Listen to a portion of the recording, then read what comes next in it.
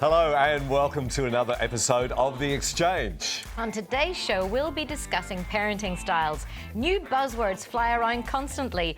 It can be so confusing as to know which is the best way to raise our kids. We'll take a look at which parenting styles exist and which styles may be better than others in preparing kids for adulthood. There are many parenting styles out there. There's the overprotective variety or the go fight your own battles variety.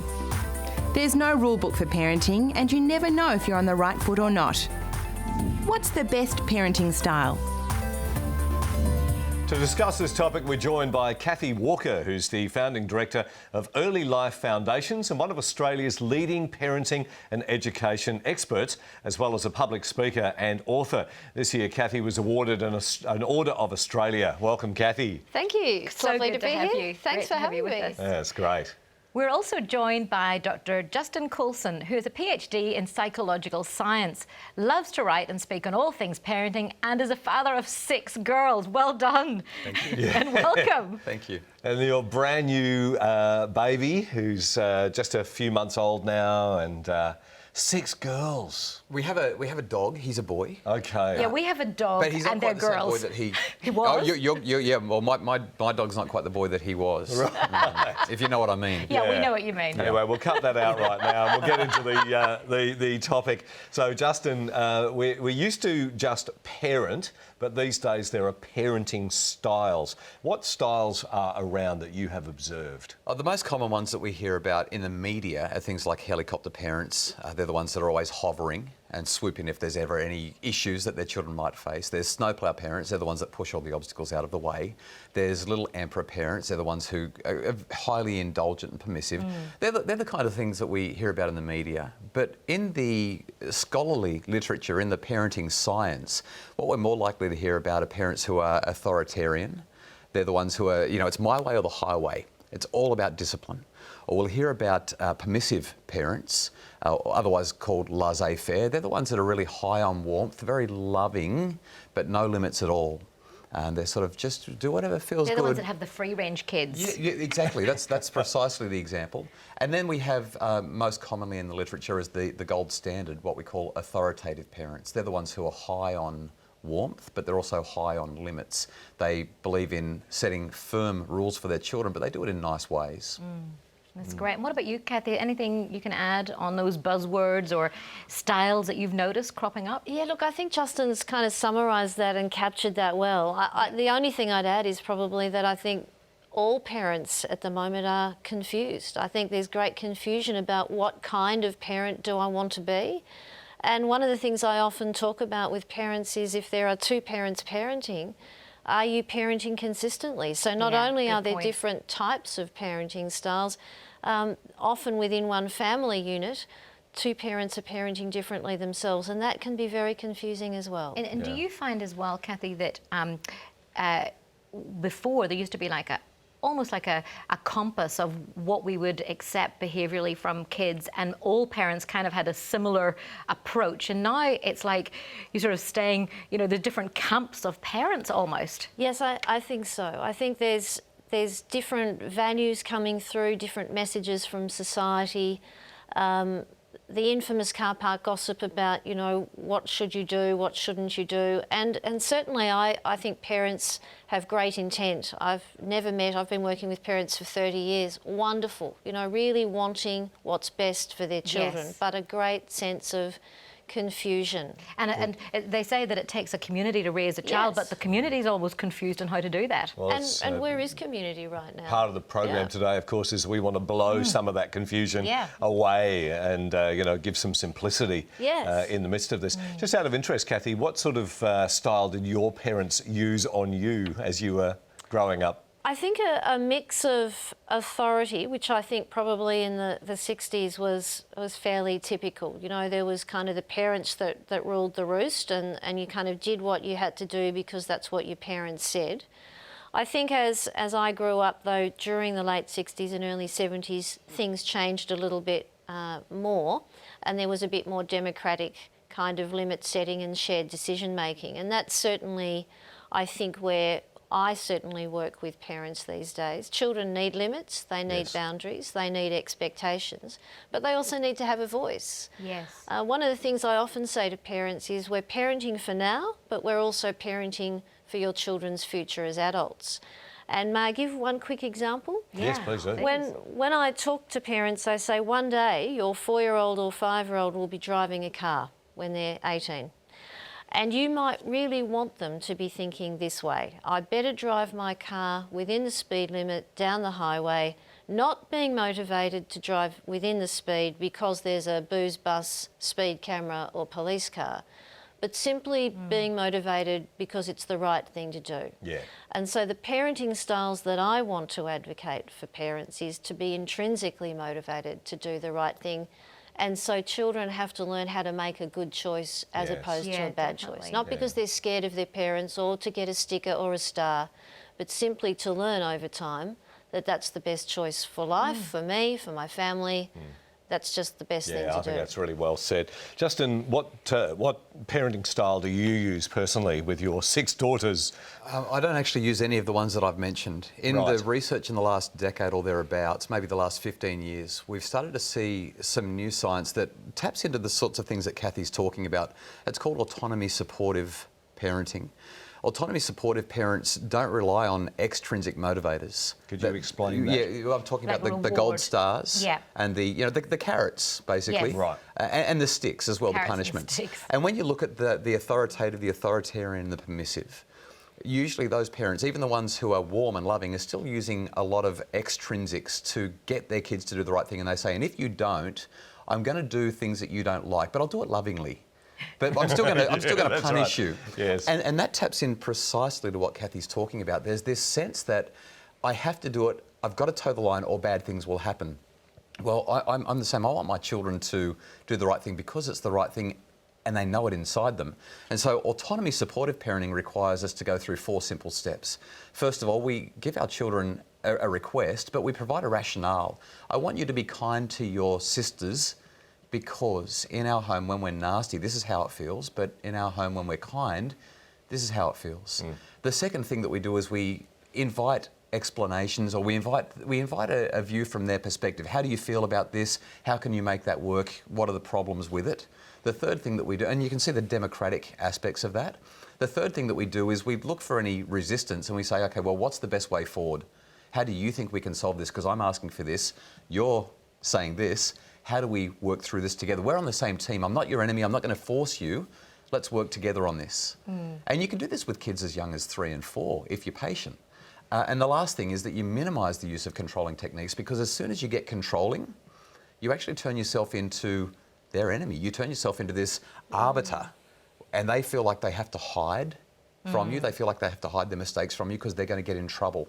I don't ever want to get my kids in trouble. What I want to do instead is I want to teach them good ways to act. Absolutely.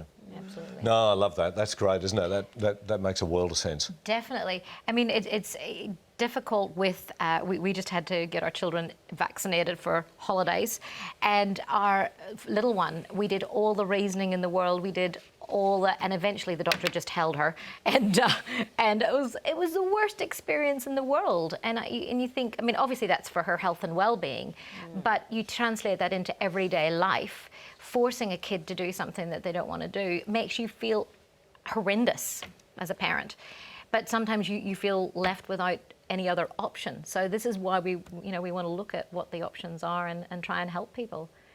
Kathy, what would you add to what Justin's just said? Do you agree with those 4 steps? Absolutely. I think helping children to see that they have options, but working within limits. Sometimes you do have to get a vaccination. Yeah. Sometimes you do have to go to school when you don't want to. Sometimes you have to clean your teeth when you don't feel like it. Sometimes you have to turn the TV off when you don't want to. Sometimes you can't have ice cream for breakfast. That's right. Why not?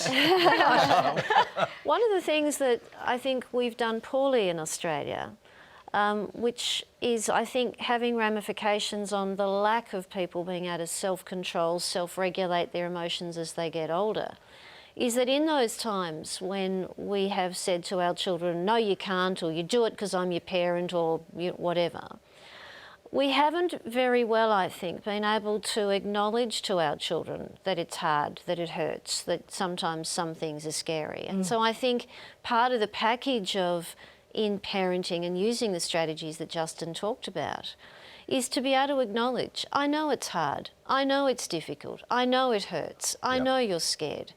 And in fact, that builds resiliency, emotional resiliency. So you empathise with them. Absolutely. Yeah. All right. Need to take a break. We'll be back with Street Talk and more right after this.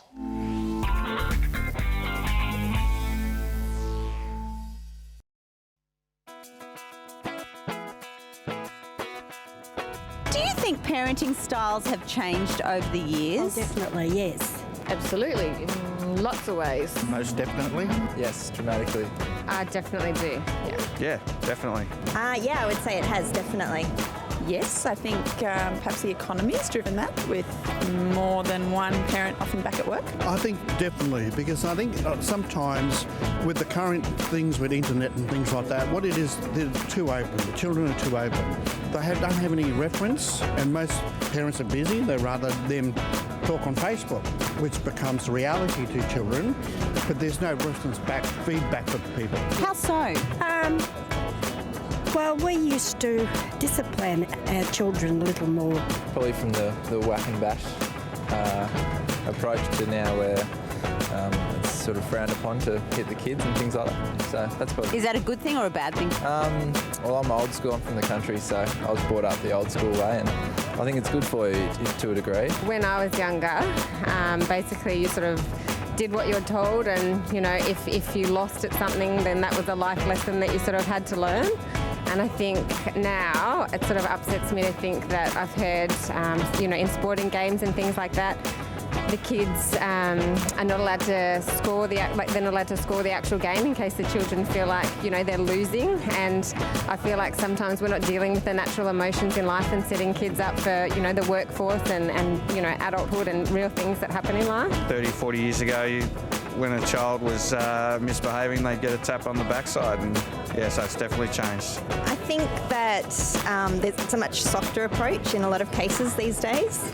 I know when I was being brought up, discipline was a lot stronger, especially in terms of smacking and things like that. Preschool, kids have traditionally been at home a lot more, but maybe now they're being, like my family and my two young children, shared out between daycare, neighbours, family and friends. How were you parented? Not so good. We weren't disciplined a great deal, but we didn't have any a lot of the distractions that this generation has. So if we crossed the line, yeah, we gave a little whack, not too hard though. I'm one of 6, and it was pretty tough. I suppose, you know, we were expected to do a lot. You know, a lot of it was hard luck when things happen. We didn't have much money growing up, so I think that's a little bit different too, because we're in a little bit of a different situation. So I think somewhere in between is a bit of a balance. But at the same time, I suppose you can't parent your kids totally differently to the way other people around them are, because then sort of they stand out. So I think there's a fine balance. With an iron fist, if we ever played up, we'd get the strap. So yeah, but you know, we're always told well before we ever got smacked that we were going to get it if we kept doing what we were doing. I've learnt a lot from my parents. Only knew what they knew and they did the best they could, but I've taken what I learnt from them that I didn't like, and I don't do it with my kids. So do you think kids today are well prepared for adulthood? I would say no. I have a 20-year-old daughter, and really that's a good reference point. You know, I say to her, look, you know, things that happen to you are quite different to what happened to me. When we had things happen, we solved it. But when they have problems, the world knows about it. Welcome back. We're discussing parenting styles with Kathy Walker and Dr. Justin Coulson, and Sandra, our intrepid Street Talk reporter. Great to be back. How are you? Very well. Great. Yeah, so out on the street, there were some interesting themes there, weren't there? Totally. And I think the overarching feel that I got when I was on the street was that parents are parenting with a softer approach. Everywhere, everyone was talking about the discipline not being as strict as compared to previous years. And I wonder, because someone did mention about the fact that parents now, both parents are working, whether that's been the contributing factor, whether the quality time is maybe not there. Yeah, well, when I talk with parents in the corporate world, we often give lunchtime talks, and these parents are dripping with guilt. They're dripping with guilt. I'm guilty if I work, I'm guilty if I don't work, I'm guilty that I get home late. I think there's a lot of guilt around these days that perhaps there wasn't before.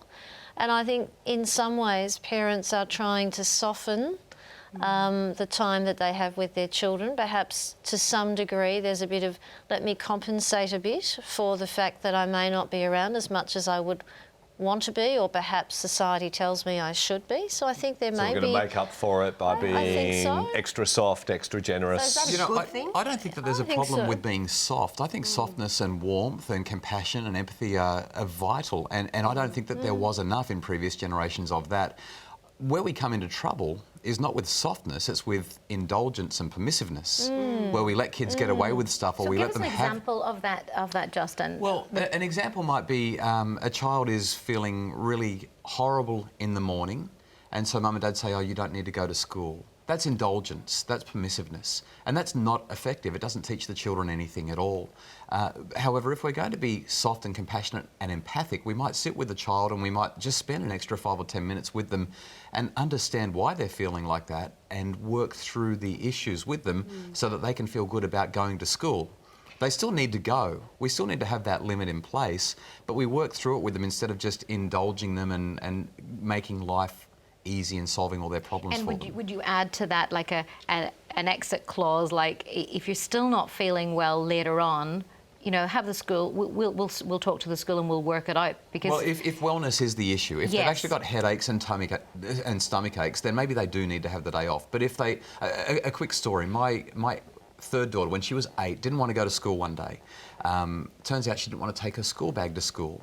So we investigated the bag and we found something that was in there that once was food but was now not identifiable. It was furry, right? It was, I don't even know what it had been. So my wife, while I looked after some of the other kids, my wife looked after the bag, got it cleaned, got it fumigated, and... the health department didn't arrive? Almost. But we packed the bag and my little girl was then told, well, now you can go to school, and she still didn't want to go to school.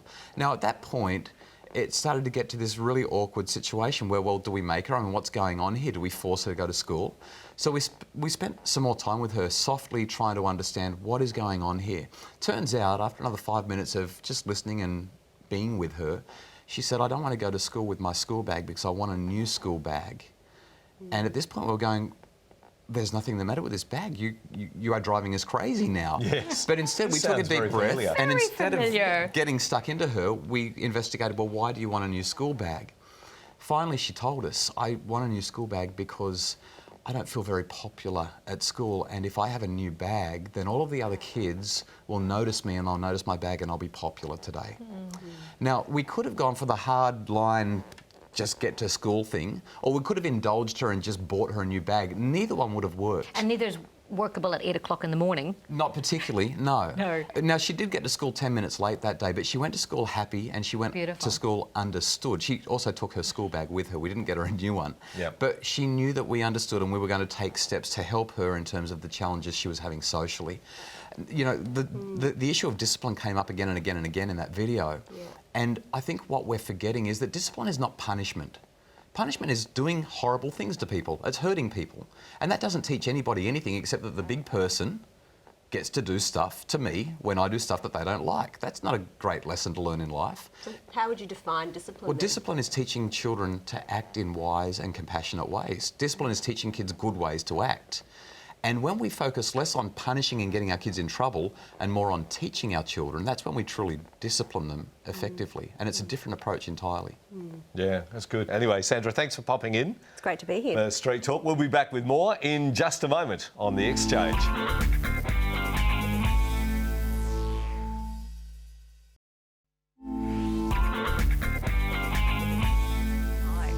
Welcome back. We're chatting with Kathy Walker and Dr. Justin Coulson. Kathy, tell us, one of the things that people say is in this whole change is that we should just treat children as mini adults. Have you got something to say about that? Yes, I think what they're probably saying is we want to be respectful and we want to treat everyone in that kind of equity way. But in fact, children are not the same as adults. Their brain development, the way they're maturing, the way they think, the way they make sense of the world is completely different. And so I think to be respectful, we actually have to recognise that children are not mini adults, and we need to not patronise children, but we need to actually factor in that they're different. Yeah. So break that down into a small example, how their brain chemistry would not work with a simple answer. Exactly. So if you say to a 2-year-old, how would you like that if that happened to you? They haven't yet developed empathic understanding. It's very difficult for them to put themselves in someone else's shoes. So what age would that be appropriate to say that? We can start saying that when children are perhaps 6 and 7, right. We can start having that kind of conversation. That's not an excuse, by the way, not to set limits, to model that we look after each other. It's not about saying, oh, good, keep hitting and hurting and biting and being nasty to each other when you're 2. We still guide and set limits, but it's about not heaping guilt and burden and being punitive to children who are 2. Yes. If we understand that they have a limited understanding, it's through our modelling, our guidance, our nurture, our empathy and our compassion that we can lead children through these stages and not put adult perceptions onto children's brains that aren't there yet. I love that. Justin, what would you add to that? Well, they're not adults. I agree entirely with what Kathy's saying, but they are still people. And that's why it's so important that we show them that respect, that we don't just say, I can't believe... Perfect example, 2-year-old bites sibling. And so a parent says, well, to teach them a lesson, I'm going to bite them back.